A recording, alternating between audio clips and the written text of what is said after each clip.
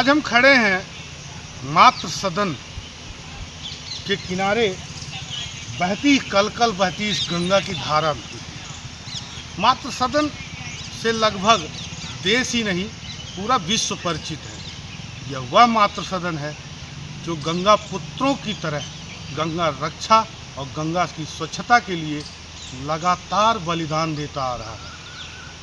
स्वामी सानंद हो चाहे स्वामी निगमानंद हो, गंगा की स्वच्छता के लिए जिस तरह से उन्होंने अपना बलिदान दिया, अनशन पे बैठे बैठे इन संतों ने अपने प्राणों की आहुति दे दी। ऐसे संतों के उस आश्रम के पास यह बहती कलकल बहती गंगा की धारा सरल सहज देखा जा सकता है। प्रश्न चिन्ह यह उठता है कि जिन संतों ने इसी आश्रम में त्याग तपस्या और बलिदान देकर गंगा की रक्षा का संकल्प लिया, वहीं आज शहर से निकला हुआ एक नाला इस गंगा की पवित्रता को फिर से दूषित कर रहा है। आप देख रहे होंगे यहीं गंगा की धारा में दो रंग दिख रहे हैं। एक गंगा बारिश के चलते मटमैली होके आ रही है, तो दूसरी गंगा शहर से निकले हुए इस गंदगी इसको लेकर आ रही है। यह काला धब्बा न केवल गंगा की धारा पर है, बल्कि यह उन विचारों पर भी है, उन विचारधाराओं पर भी है जो गंगा को जीवित प्राणी के तौर पर माँ मानते हैं और गंगा की स्वच्छता, गंगा की अविरलता के लिए लगातार संघर्ष कर रहे हैं। आज स्वामी निगमानंद की 15वीं पुण्यतिथि है। लोग उनको श्रद्धांजलि देने के लिए मातृ सदन आ रहे हैं। स्वामी शिवानंद जो गंगा स्वच्छता के संकल्प के साथ बिहार से चले थे, एक यूनिवर्सिटी के बड़े प्रोफेसर होने के बावजूद वह केवल गंगा स्वच्छता का संकल्प लेकर सतत प्रयास कर रहे हैं। आज हम उनसे भी बात करेंगे इस विषयों पर। आज उनसे भी जानेंगे कि उनके त्याग बलिदान, उनके संघर्ष का परिणाम अब तक क्या रहा।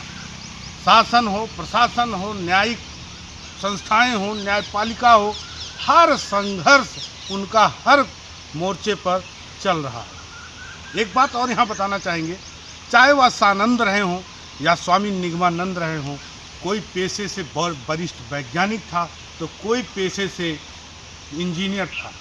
स्वयं मातृ सदन के परमाध्यक्ष स्वामी शिवानंद जी स्वयं एक बड़े प्रोफेसर थे। तमाम विषयों के अध्ययन के बावजूद वह आज गंगा की अविरलता के लिए संघर्ष कर रहे हैं। हर पीढ़ी, हर वर्ग उनके साथ आया। एक जानकारी यहाँ और देना आवश्यक होगा, बिहार से आई हुई बालिका पद्मावती ने लगातार अनशन किया गंगा की स्वच्छता के लिए, और आज पद्मावती की स्थिति यह है वह अपने पैरों से ठीक से चल नहीं पाती है। अनशन के दौरान उनको प्रशासन एम्स लेकर जाता है, लेकिन वह कोमा में एक तरह से चली जाती हैं। आज अपंगता की शिकार है। उन पद्मावती को भी हम दिखाएंगे आपको, और आज स्वामी शिवानंद जी से इस पर विस्तृत वार्ता होगी। मौजूद है मातृ सदन में, जहां उन बलिदानी संतों को श्रद्धांजलि दी जा रही है जो गंगा की स्वच्छता, अविरलता, निर्मलता के लिए अपने प्राणों की आहुति दे चुके। मौजूद है हमारे साथ मातृ सदन के परमाध्यक्ष स्वामी शिवानंद सरस्वती महाराज, जो अनवरत गंगा की निर्मलता के लिए अब संघर्ष कर रहे हैं। आज हम उनसे जानेंगे कि उनके उस उद्देश्य में कितनी हद तक सफलता मिली, आगे इस मुहिम, इस लौ को कैसे वो जलाए रखेंगे और कैसे यह आंदोलन अपने उद्देश्यों की पूर्ति करेगा। स्वामी शिवानंद सरस्वती महाराज से बात यह है कि मातृ सदन आंदोलन जो करती है तो समस्याएं आती हैं। समस्याओं को पहले हम लोग रिप्रेजेंटेशन देते हैं तथ्यों के साथ, वो नहीं करते हैं तो न्यायालय भी जाते हैं। न्यायालय में भी जब नहीं चुनी होती है तब हम लोग अनशन पाते हैं। निगमानंद को जो अनशन करना पड़ा था उसमें सबसे बड़ा दोषी तो न्यायालय है। तरुण अग्रवाल उनके संबंधी थे, उनको किसी दिन में हाल ही में बॉम्बे में मृत्यु हुई है, पाप का तो फल मिलता ही। तो उन्होंने ही उसको स्टे कर दिया था। और वही से मुख चला फिर सुप्रीम कोर्ट तक गया, वहाँ सब जगह भी। तो कुंभ क्षेत्र तक के लिए तो हम लोग थे। अब बीच बीच में सानंद जी के चलते बांध को भी लेकर चला, जिसमें कि पद्मावती बैठी, आत्मना में बैठा, सब बैठा। इधर गंगा के लिए अजीतपुर तक तो बंद है, चलता वैसे भी नहीं ये होता है। अजीतपुर के बाद भोगपुर तक पत्थर है, और हम और हाई कोर्ट में इस बात को उठ गया कि अजीतपुर तक ही क्यों, उसका आगे क्यों नहीं। गुरु जी नमस्ते।